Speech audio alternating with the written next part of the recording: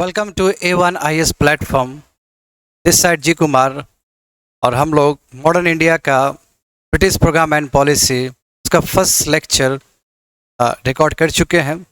This will be the second lecture of part 2 of British program and policy of modern India. Start करते हैं। First lecture में we have seen British program and policies। ये जो broad topic है, इस topic के अंदर we have covered to सब टॉपिक्स। तो पिछले क्लास में लेक्चर नंबर 1 में हम लोगों ने कवर किया है, that is expansionist policy and political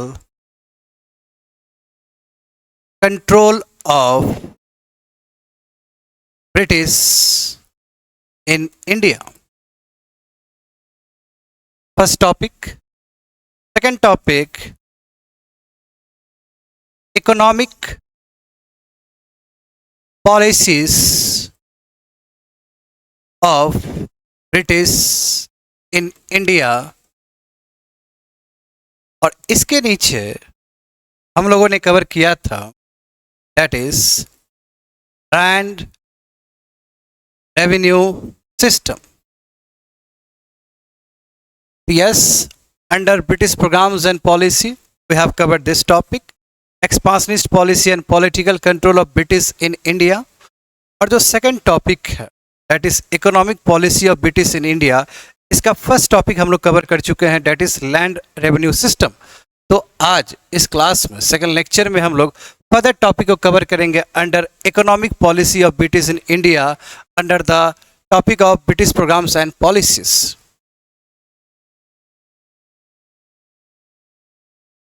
economic policies of British in India। तो इस टॉपिक के नीचे बहुत सारे टॉपिक हो जाएंगे। Example, land revenue system which we have covered in the first lectures। Second topic would be de-industrialization of India।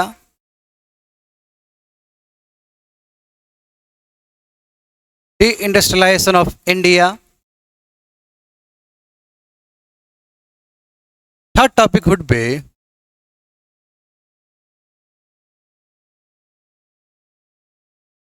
commercialization of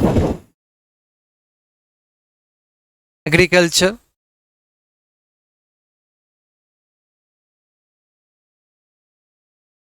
Next one would be combined policy of British। Combined policy of British।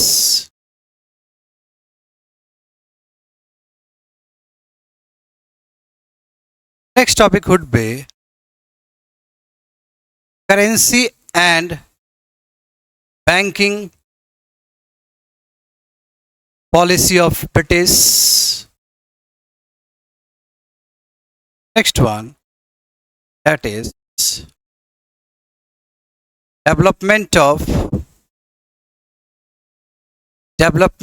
railways and other infrastructure।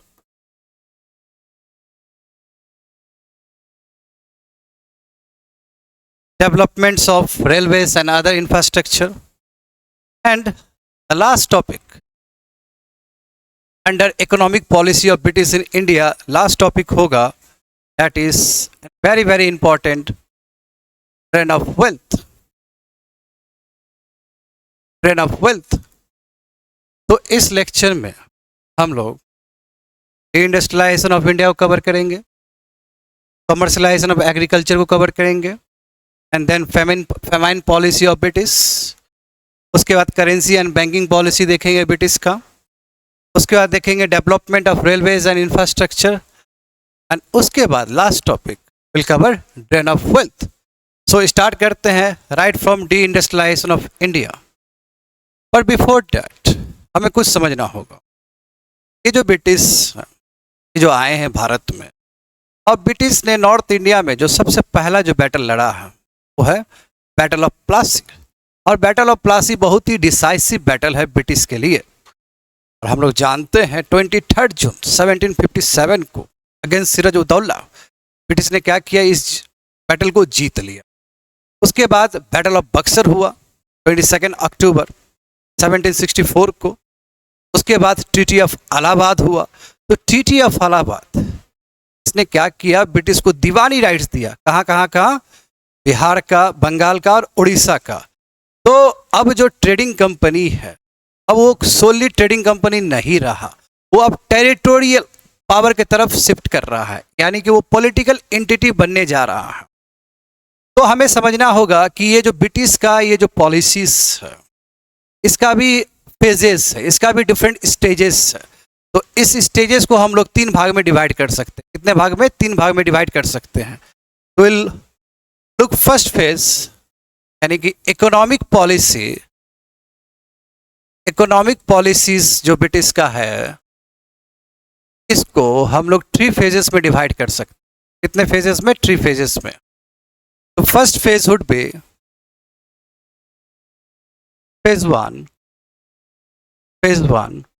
that is mercantilism and company rule अभी east India company, वो company की तरह ही operate कर रही है। इसका जो time period होगा, इसका जो कालखंड होगा, right from battle of Plassey to charter act 1813। तो इस पीरियड में तो ईस्ट इंडिया कंपनी का जो तौर तरीका होगा वो मर्केंटलिज्म वाला तौर तरीका होगा। What is the meaning of mercantilism? Mercantilism का मतलब है कि ईस्ट इंडिया कंपनी कोशिश करेगी कि अधिक से अधिक हम एक्सपोर्ट करें, अधिक से अधिक क्या करें, हम एक्सपोर्ट करें एज कंपेयर टू इंपोर्ट, ताकि प्रॉफिट अकुमुलेट हो। और इस प्रॉफिट को क्या करेगी ईस्ट इंडिया कंपनी? इस प्रॉफिट को शिफ्ट कर देगी टू इंग्लैंड। भारत का पैसा इंग्लैंड जाएगा। कैसे? तो प्रॉफिट के रूप में।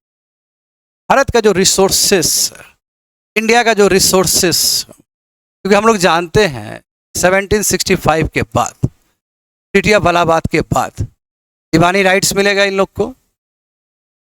जैसे ही दीवानी राइट्स मिलेगा, इसका मतलब कंट्रोल ओवर रिसोर्सेस के ऊपर कंट्रोल हो जाएगा। रिसोर्सेज के ऊपर कंट्रोल हो जाएगा तो जिस तरह चाहे उस तरह रिसोर्सेज को मोबिलाइज कर सकते। इसलिए कोशिश करेगा कि भारत का जो सामान है वो अधिक से अधिक क्या करे, एक्सपोर्ट करे और प्रॉफिट अर्जित करे। और इस फेज 1 में भारत में कोई भी इंडस्ट्रियल डेवलपमेंट नहीं होगा। No industrial development in India. India में किसी भी तरह का इंडस्ट्रियल डेवलपमेंट नहीं होगा, और जो भी प्रॉफिट है सब प्रॉफिट लंदन की तरफ शिफ्ट हो जाएंगे। That is the phase 1।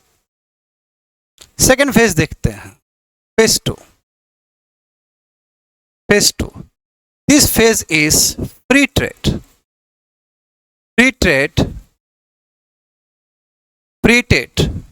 Correct, ये फ्री ट्रेड पॉलिसी है।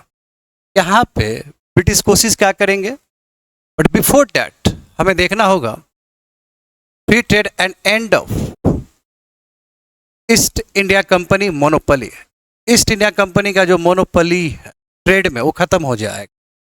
ये पीरियड होगा 1813 से लेके राइट फ्रॉम 1858। 1858 में क्वीन प्रोक्लेमेशन होगा, गवर्नमेंट ऑफ इंडिया एक्ट आएंगे, और उसके बाद डायरेक्ट लंदन से कंट्रोल किया जाएगा इंडिया को। तो हम लोग जानते हैं कि जो चार्टर एक्ट 1813 में, ये पूरी तरीके से जो ट्रेड मोनोपोली है, किसका?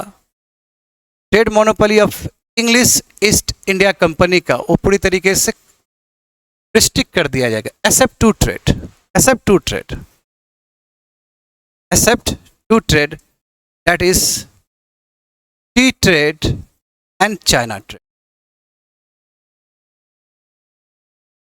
तो टी ट्रेड और चाइना ट्रेड में अभी भी East India company sole authority है, वो आराम से ट्रेड कर सकता है। बट टी ट्रेड और चाइना ट्रेड छोड़ के बाकी जगह पे कोई भी कंपनी आके इंडिया में इन्वेस्ट कर सकती, कोई भी ब्रिटिश का कंपनी आके इंडिया में इन्वेस्ट कर सकती। और ये समय है फ्री ट्रेड का, ये समय है फ्री ट्रेड का। तो फ्री ट्रेड के वजह से भारत में, इंडिया में ब्रिटिश से बना हुआ, यानी कि ब्रिटेन से बना हुआ जो गुड्स है वो आना शुरू हो जाएगा। और जो ब्रिटेन से बना हुआ गुड्स है वो सब मशीन से बना हुआ। क्या चीज़ से बना हुआ? मशीन से बना हुआ। क्योंकि हम लोग को पता है कि जो इंडस्ट्रियल रेवोल्यूशन है वो इंग्लैंड में 1750 के बाद ही स्टार्ट हो गया, और अभी तो विस्तार रूप ले लिया है 1800 के आसपास। ये लोग कोशिश करें कि भारत से कॉटन लिया जाए, भारत से रॉ मटेरियल लिया जाए और वहाँ पे फिनिश प्रोडक्ट बना के इंडिया में एज अ मार्केट के रूप में यूज़ किया जाए। तो जो भारत कभी टेक्सटाइल के लिए जाना जाता था पूरा दुनिया में, जो भारत कभी शिप मेकिंग इंडस्ट्री के लिए जाना जाता था पूरा दुनिया में, जो भारत कभी आर्टिसंस वर्क के लिए, मेटल वर्क्स के लिए जाना जाता था पूरा दुनिया में, ये जो जितना भी काम है सब ठप हो जाएगा, सब बंद हो जाएगा।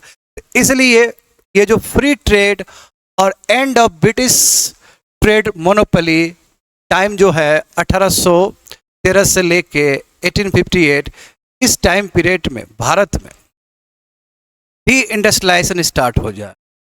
डी इंडस्ट्रियलाइजेशन का मतलब क्या है? डी इंडस्ट्रियलाइजेशन का मतलब है कि भारत में जो भी छोटे छोटे जो इंडस्ट्री थे, कॉटन टेक्सटाइल जो इंडस्ट्री थे, स्मॉल स्केल इंडस्ट्री थे, वो सभी कोलैप्स्ड हो जाएंगे। सभी क्या हो जाएंगे? कोलैप्स्ड हो जाएंगे। और भारत एक बहुत बड़ा मार्केट बन जाएगा ब्रिटिश का गुड्स के लिए। तो थर्ड फेज देख, पेस्ट्री। पेस्ट्री ये दौर है फाइनेंशियल इंपेरियलिज्म का, दौर है फाइनेंशियल इंपेरियलिज्म का एंड क्राउन रूल का, और इसका कालखंड क्या होगा? इसका टाइम पीरियड क्या होगा? इसका टाइम पीरियड होगा राइट फ्रॉम 1858 टू 1947। क्यों? क्योंकि यहाँ पे queen proclamation, government of India act 1958, इसके वजह से अब क्या है, लंदन से डायरेक्ट कंट्रोल किया जाएगा इंडिया टू 1947। इसमें देखेंगे कि प्राइवेट इन्वेस्टमेंट होगा जी, यानी कि जो लंदन में बैठे हुए हैं मर्चेंट्स लोग, इन्वेस्टर लोग, ये क्या करेंगे? भारत में निवेश करेंगे, भारत में इन्वेस्ट करेंगे। तो प्राइवेट इन्वेस्टर्स जो लंदन में बैठे हुए हैं वो भारत में आएंगे और इन्वेस्ट करेंगे। कहाँ कहाँ पे इन्वेस्ट करेंगे? रेलवे पे इन्वेस्ट करेंगे, under guarantee system of 5% returns, under guarantee system of 5% returns. इसके बारे में थोड़ी देर में चर्चा करेंगे हम लोग। ये व्यवस्था क्या है? Guarantee system of 5% returns. Railway पे खर्च करेंगे, प्लांटेशन पे खर्च करेंगे, प्लांटेशन यानी कि कैश क्रॉप्स, एग्जाम्पल टी हो गया, ओपीएम हो गया, करेक्ट, इंडिगो हो गया, जूट हो गया, इस पे इन्वेस्टमेंट किया जाएगा। तो ये जो दौर है, इस दौर में रेलवे पे इन्वेस्टमेंट होगा, प्लांटेशन पे इन्वेस्टमेंट होगा, वो हर चीज़ पे इन्वेस्टमेंट होगा जिसके वजह से प्रॉफिट अच्छा खासा प्राइवेट प्लेयर कमा सके, और वो फिर क्या करेगा? वो लंदन लेके चला जाएगा।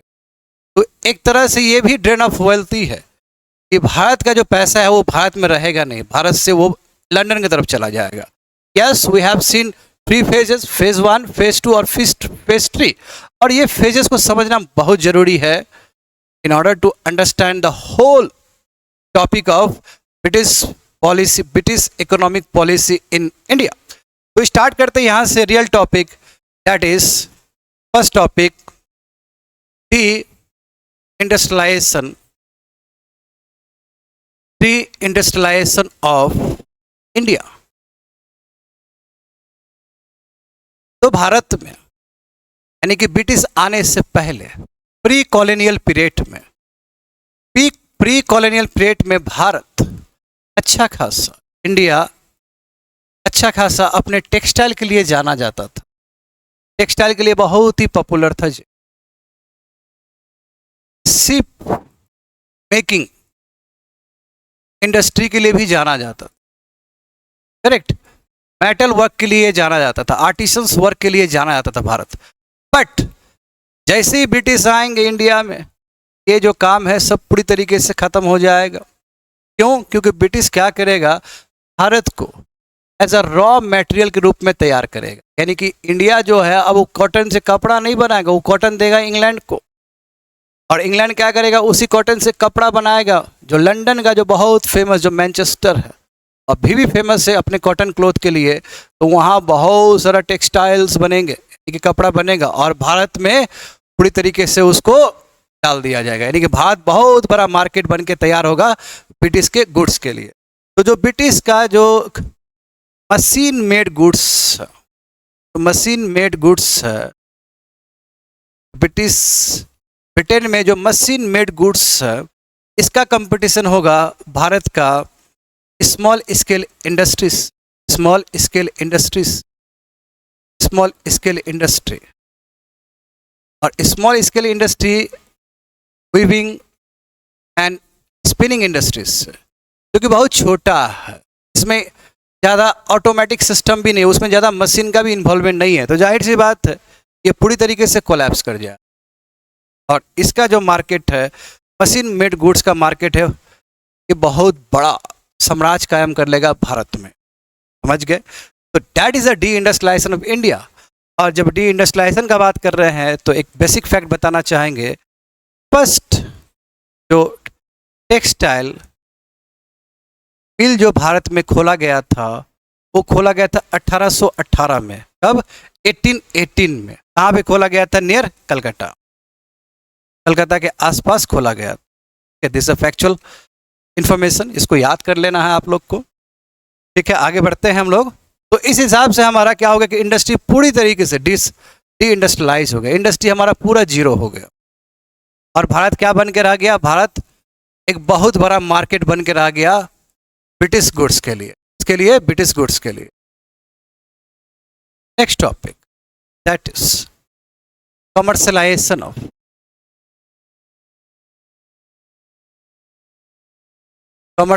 Of agriculture.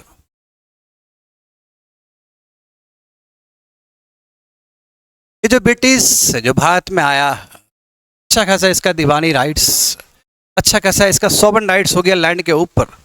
तो ये कोशिश क्या करेगा कि जो फूड आइटम्स, जो फूड क्रॉप्स का जो एरिया है उसको शिफ्ट करेगा। शिफ्टेड किसकी ओर शिफ्ट करेगा? कैश क्रॉप्स के लिए शिफ्ट करेगा। कैश क्रॉप्स के लिए शिफ्ट करेगा।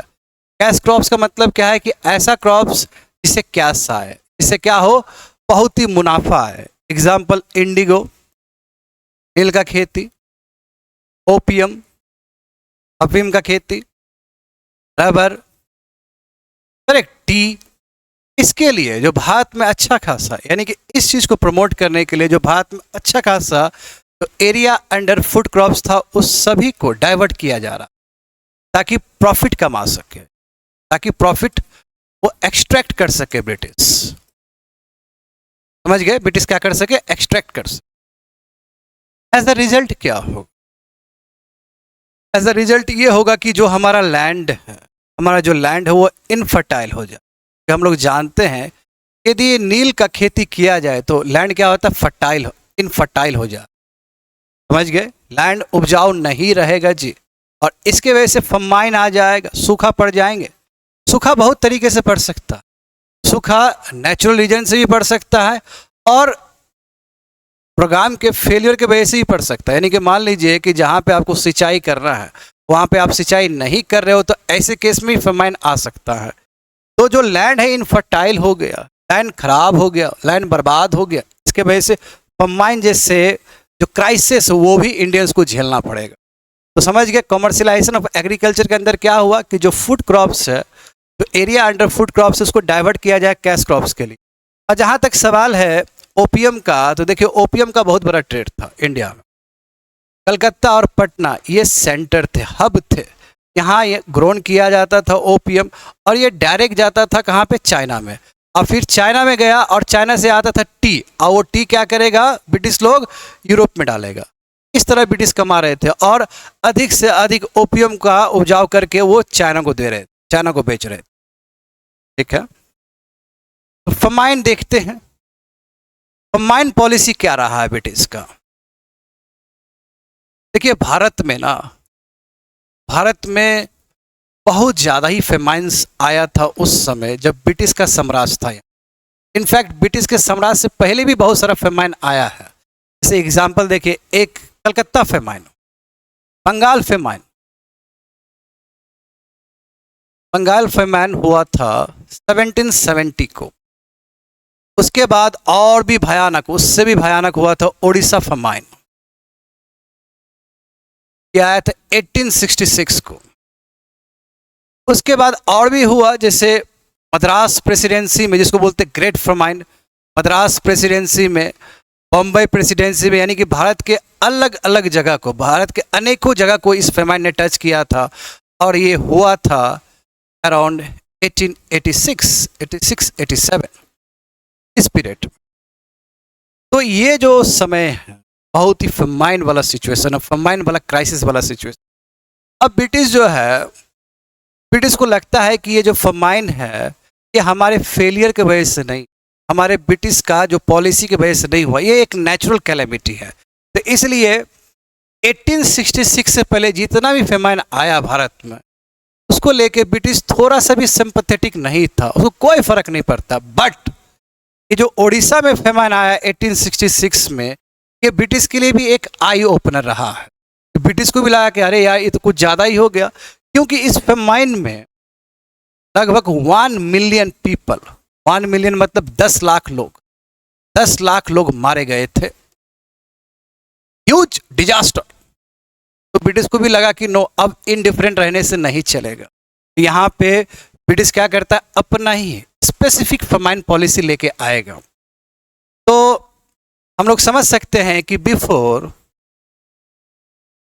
1860 ब्रिटिश का नो स्पेसिफिक पॉलिसी, ब्रिटिश का अपना कोई स्पेसिफिक पॉलिसी नहीं था फेमाइन को लेकर, पर फेमाइन। बट 1866 में जैसे उड़ीसा फेमाइन आया, तो ये ब्रिटिश के लिए एक आई ओपनर था। ब्रिटिश ने क्या किया, एक फेमाइन पॉलिसी डेवलप किया अंडर कर्नल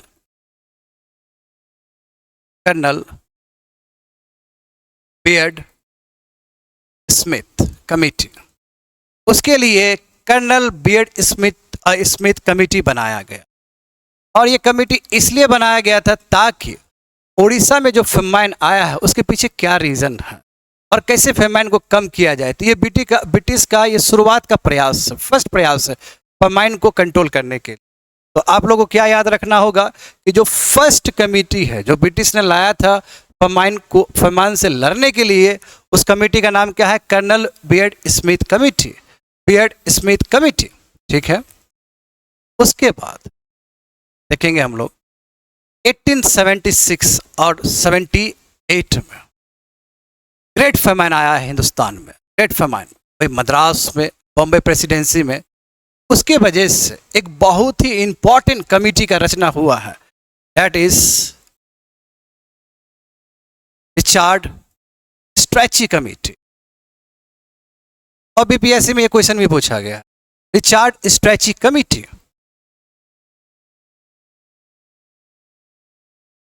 कब बना था, 1878 और 1879 में। और इस बॉडी ने, इस कमेटी ने अपना जो रिकमेंडेशन सौंपा था भारत सरकार को, उस समय रिकमेंडेशन सौंपा था कब, 1880 में। ठीक है, इस पीरियड को याद कर लेना है। और because of the Richard Strachey committee, इसी के वजह से भारत में फेमाइन कोड बना है। क्या बना है, फेमाइन कोड बना है। और ये कोड अभी के लिए भी बहुत ही इंपॉर्टेंट, इवन इन 2025 अभी के लिए भी इंपॉर्टेंट है। हमारे जो नेशनल डिजास्टर रिस्पांस जो प्रोविजंस, उसमें भी ये चीज़ को यूज़ किया जाता। इसमें था क्या, ये फमाइन कोड में, फमाइन कोड में, फमाइन कोड में ये प्रोविजन था कि there must be a famine relief fund. क्या होना चाहिए? फमाइन रिलीफ फंड होना चाहिए। यानी कि कहीं भी फमाइन आया तो इस फंड से उसको कैटर करने के लिए, उस क्राइसिस को खत्म करने के लिए यहाँ से फंड का यूज किया जाए। First one, famine relief fund. Second one, public work should be provided to people during famine।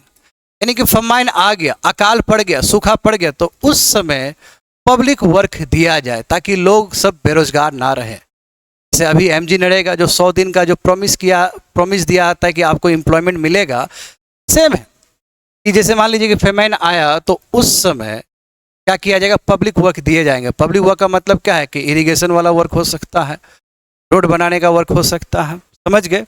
और वेरी वेरी इंपॉर्टेंट जो कि अभी का पीडीएस से मैच करता है कि reserve buffer stock. Reserve buffer stock in times of abundance. यानी कि जब अनाज बहुत ज़्यादा हो तो उस समय थोड़ा सा बफर स्टॉक बना लिया जाए। बफर स्टॉक इसलिए बना दिया जाए कि मान लीजिए कि फ्यूचर में कहीं पे फमान आए तो वहाँ पे लोगों को पहुँचाया जा सके राहत के रूप। ठीक है, तो ये देखिए अभी भी काम आता है ये सभी चीज। इसलिए फमाइन पॉलिसी में हमें याद करना होगा चार्ट स्ट्रेची कमिटी जिसने रिकमेंडेशन सौंपा था कब? 1880 को। समझ गए? तो फमाइन पॉलिसी यहाँ पे खत्म हुआ। नेक्स्ट वन देखते, next one that is currency and banking policy of British. Banking policy of British, इसमें हमें यह समझना होगा कि ब्रिटिश ने सबसे फर्स्ट अपना फर्स्ट करेंसी जो इशू किया था दैट इज रुपीस, कब किया था? इन 1757 इन कलकत्ता। तो जानते हैं कलकत्ता से इसका न्यू स्टार्ट हुआ, फाउंडेशन स्टार्ट हुआ। तो जो फर्स्ट करेंसी है जो ब्रिटिश ने इशू किया था वो रुपीस के फॉर्म में था। अच्छा, जो रुपया जो करेंसी है, जो रुपया जो डिनोमिनेशन है, ये स्टार्ट किया था शेरशाह सूरी ने। ठीक है, बट जो रुपीज अभी के फॉर्म में जो आप रुपीज देखते हो, इसका जो हम्बल बिगिनिंग है वो ब्रिटिश ने ही स्टार्ट किया। फैक्ट, ब्रिटिश के जो जितने भी प्रेसिडेंसी थे, कितने प्रेसिडेंसी थे? 3 प्रेसिडेंसी थे। Each presidency had its own currency. सभी प्रेसिडेंसी का अपना अपना करेंसी हुआ करता था, बट ब्रिटिश ने अपना साम्राज्य को कायम किया, साम्राज्य को बड़ा किया, इसलिए ब्रिटिश ने 1853 में एक करेंसी एक्ट पास किया। कौन सा एक्ट पास किया? करेंसी एक्ट पास किया। कब?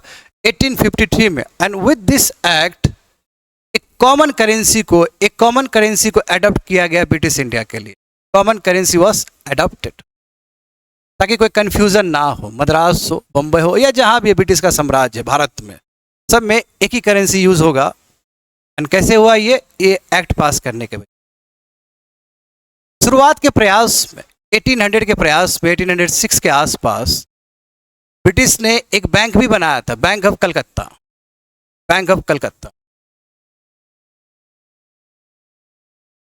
शुरुआत के प्रयास था ब्रिटिश का। अब देखेंगे कुछ कमिटीज रिलेटेड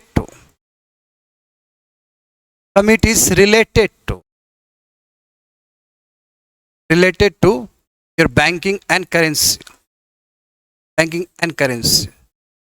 तो उसमें से जो इंपॉर्टेंट है that is Mansfield commission. Mansfield commission को हेड कर रहे थे मैन्सीफील्ड, करेक्ट। और इन्होंने सुझाव दिया था कि जो इंडियन रुपीस उसका जो स्टैंडर्ड है वो सिल्वर से लिंक होना चाहिए। ये अलग बात है कि उस समय का परिस्थिति जो था, सिल्वर का जो मार्केट वैल्यू वो पूरा खत्म हो चुका था, बट डिस्पाइट ऑफ दैट मैन्सीफील्ड ने सुझाव दिया कि नो, इंडियन रुपीस का जो स्टैंडर्ड है वो सिल्वर से ही लिंक होना, ठीक है। तो इसलिए ये पहला कमेटी है, इसको याद रखना है। उसके बाद और भी बहुत सारे कमेटी आए हैं, जैसे हो गया Herschell committee, Herschell committee, Fowler committee, Fowler committee, उसके बाद चैम्बरलिन कमेटी,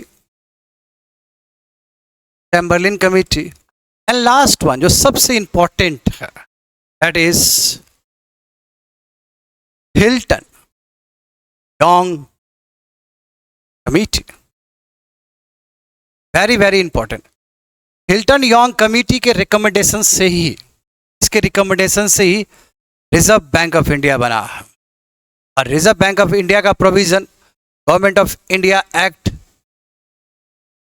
1935 में भी है। तो ये जो रिजर्व बैंक ऑफ इंडिया का जो कॉन्सेप्ट है, ये जो सजेशन है, ये जो रिकमेंडेशन है, ये हिल्टन यंग कमेटी के जरिए ही आया है, समझ गए। तो हमें यहाँ से दो चीज़ को याद कर ले, first committee that is a Mansfield committee, and last committee that is Hilton Young committee, ठीक है। Yes, we have completed currency and banking policy of British.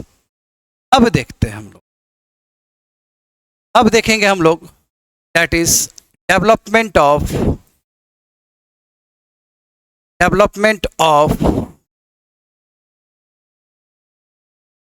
Railways and infrastructure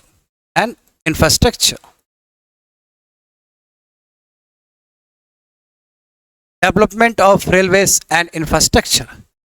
इसमें हमें क्या देखना होगा, इसमें हमें सबसे इंपॉर्टेंट जो चीज़ है, गारंटी सिस्टम ऑफ 5% रिटर्न्स, जो कि लेक्चर के शुरुआत में मैंने कहा था, guarantee system of 5% returns.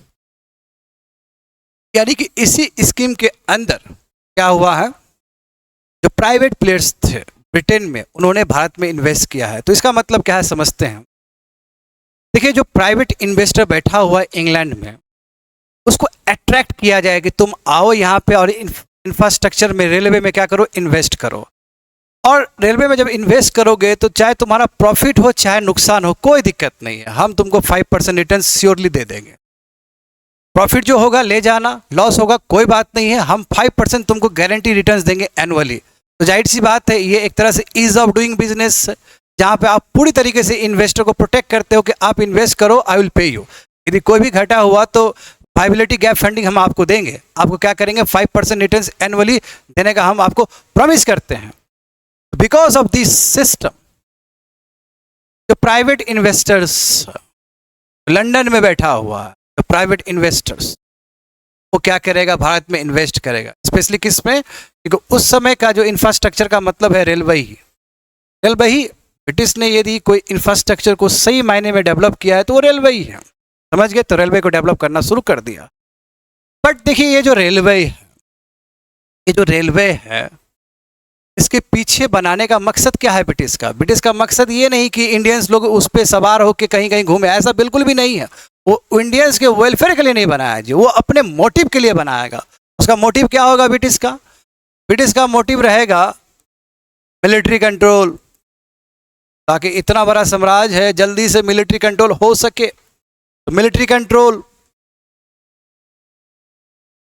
Administrative convenience, उसके जो आईएएस है, जिसको उसके आईपीएस, जो उसके सिविल सर्वेंट, वो आराम से यात्रा कर सके एक लंबा साम्राज्य में और उसको होल्ड कर सके, उसको कंट्रोल कर सके। Administrative convenience. और जो रॉ मटेरियल है हिंटरलैंड में, विलेज एरिया में जो रॉ मटेरियल्स है ना, mobility, mobility of raw materials, raw materials from interior region to market and ports, market and ports। ताकि मार्केट में आ सके, जो रिसोर्स जो छिपा हुआ है गांव देहात में वहां से वो आए, मार्केट की तरफ आए या पोर्ट्स की तरफ आए, बंदरगाह की तरफ आए, ताकि वहां से फिर वो इंग्लैंड सप्लाई हो, फिर इंग्लैंड में क्या बने, गुड्स बने और फिर इंडिया में मार्केट के रूप में यूज हो। ये पर्पस था। ऐसा नहीं कि रेलवे हमारे लिए बनाया गया था, समझ गए। हाँ। तो अंडर, वही सही बात है, under guarantee system of 5% return, उसके वजह से ही रेलवे डेवलप्ड हुआ। जहां तक सवाल है फर्स्ट लाइन ऑफ रेलवे, पहला जो लाइन तैयार हुआ रेलवे का वो क्या है, बॉम्बे टू थाने। कितना किलोमीटर का यात्रा था ये, 34 किलोमीटर का। ये अलग बात है कि उसी टाइम में एक लाइन और तैयार हो गया था। सेकेंड लाइन कौन सा था, इनफैक्ट दोनों लाइन तैयार होकर बैठा हुआ था, बट जब इनॉग्रेशन का बात आया तो फर्स्ट इसको इनॉग्रेट किया गया था। इसको कब इनॉग्रेट किया गया था, 1853 में। पर दूसरा जो लाइन तैयार था वो है हावड़ा टू रानीगंज। हावड़ा टू रानीगंज, जाहिर सी बात है कि ब्रिटिश ने अपना यात्रा कलकत्ता से ही शुरू किया है, तो कलकत्ता में तो इंफ्रास्ट्रक्चर डेवलप करेगा ही करेगा, तो वहाँ पे भी हावड़ा टू रानीगंज का लाइन उसने डेवलप किया है रेलवे के लिए, समझ गए। ये हो गया रेलवे कंप्लीटेड। और 1853 का टाइम है जी। 1853 का मतलब क्या हुआ, उस समय जो गवर्नर जनरल ऑफ इंडिया होंगे वो कौन होंगे, वो होंगे लॉर्ड डलहौजी। बिल्कुल, डलहौजी का भी नाम याद रखना है आप लोग को, Dalhousie. The last topic of today's class, that is drain of wealth. Drain of wealth. Drain of wealth. तो drain of wealth हम लोग समझेंगे। देखिए, जैसे ये बहुत कॉन्सेप्ट बहुत मशहूर है कि ब्रेन ड्रेन। ब्रेन ड्रेन का मतलब क्या है कि जो इंटेलेक्चुअल लोग सब है एक कंट्री से दूसरे कंट्री जा रहे हैं, ठीक है, उसी तरह ड्रेन ऑफ वेल्थ का मतलब होता है कि यूनिलैटरल ट्रांसफर ऑफ मनी और capital from India to England without any returns. यानी कि भारत से जो रिसोर्सेस है, जो कैपिटल है, पैसा रुपया है, वो इंग्लैंड की तरफ जा रहा है, बट इंग्लैंड से कुछ मिल नहीं रहा है। That is called drain of wealth. ये जो ड्रेन ऑफ वेल्थ है, ये जो कॉन्सेप्ट है, ये जो शब्द है, ये जो टर्मिनोलॉजी है, ये जो कॉन्सेप्ट है, फर्स्ट टाइम किसी ने दिया था तो उनका नाम है दादा भाई नारोजी। दादा भाई नारोजी, जिनको grand old man of India भी कहा जाता है,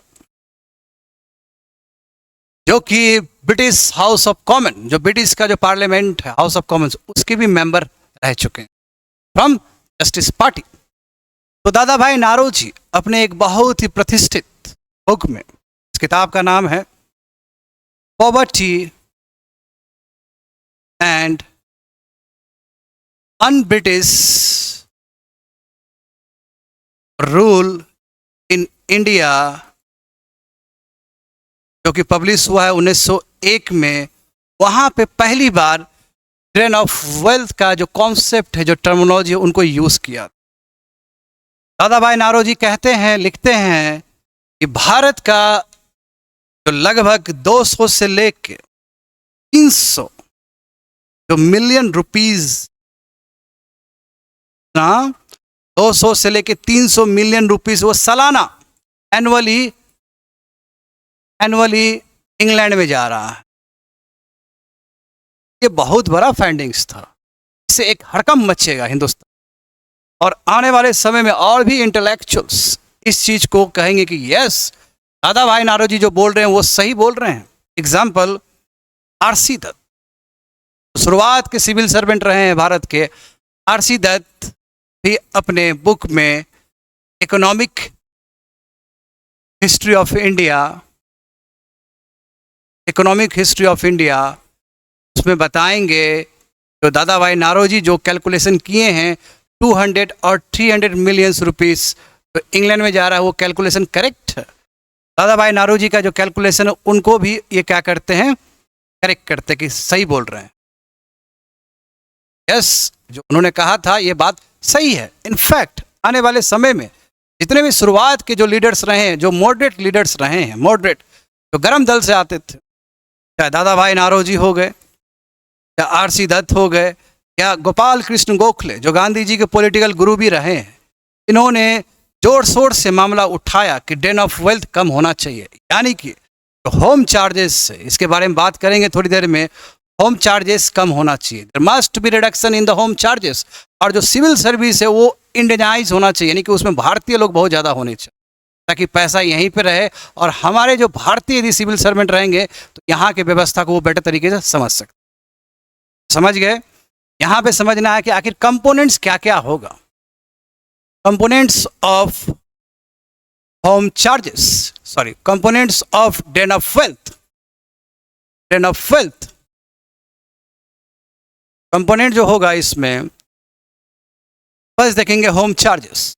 होम चार्जेस, होम चार्जेस का मतलब है जितने भी ब्रिटिश ऑफिशियल्स हैं जो भारत में काम कर रहे हैं, चाहे वो सिविल पोस्ट पे हो, चाहे वो मिलिट्री पोस्ट पे हो, उन लोग को वेतन मिल रहा है, उन लोग को सैलरी मिल रहा है, उन लोग को पेंशन्स मिल रहा है।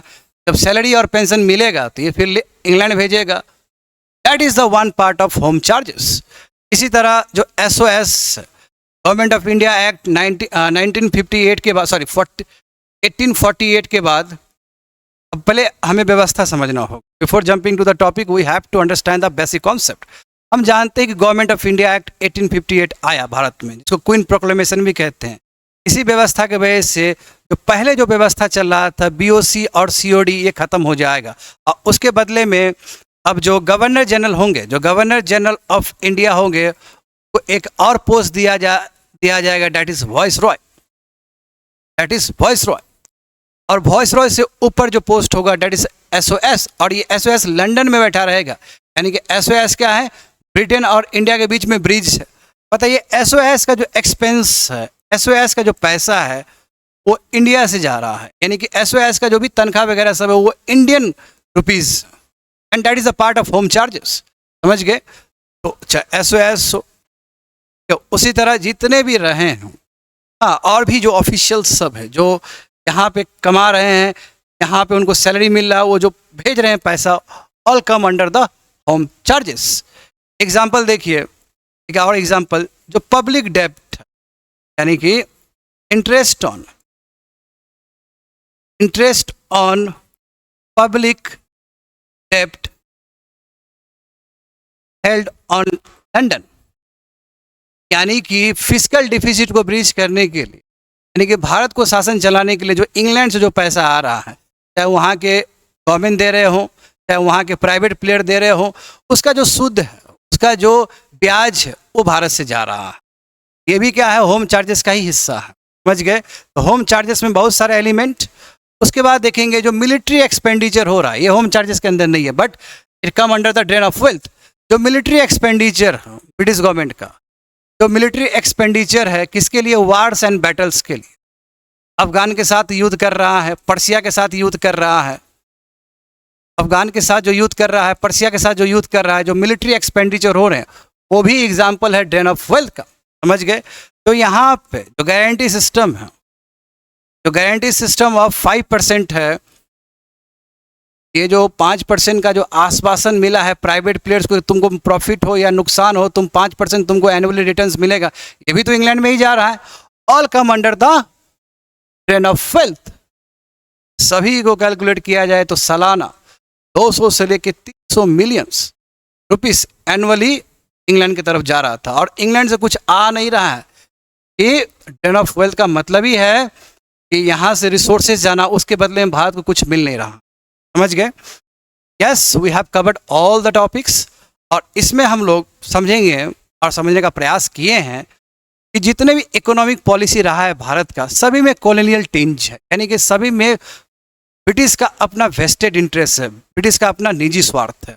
और आफ्टर ऑल क्या हो गया? आफ्टर ऑल हमारा जो इंडिया है, हम जो हिंदुस्तान रहे हैं, हमारा हिंदुस्तान इतना ज़्यादा फेमस था पहले टेक्सटाइल्स के लिए, अब वो टेक्सटाइल के लिए फेमस नहीं है, अब वो मार्केट के लिए फेमस हो। We became the raw supplier, raw material supplier to the England. ठीक है? Yes, we have covered 2 lectures. एक पिछला लेक्चर कंप्लीट हो चुका है, ये सेकेंड लेक्चर है, और इस लेक्चर में ही हम लोग कुछ क्वेश्चंस को भी डील करेंगे, फर्स्ट लेक्चर का क्वेश्चंस को भी डील करेंगे, और जो सेकेंड लेक्चर जो अभी किए हैं इसका भी कुछ क्वेश्चंस डील करेंगे यूपीएससी प्रीलिम्स का।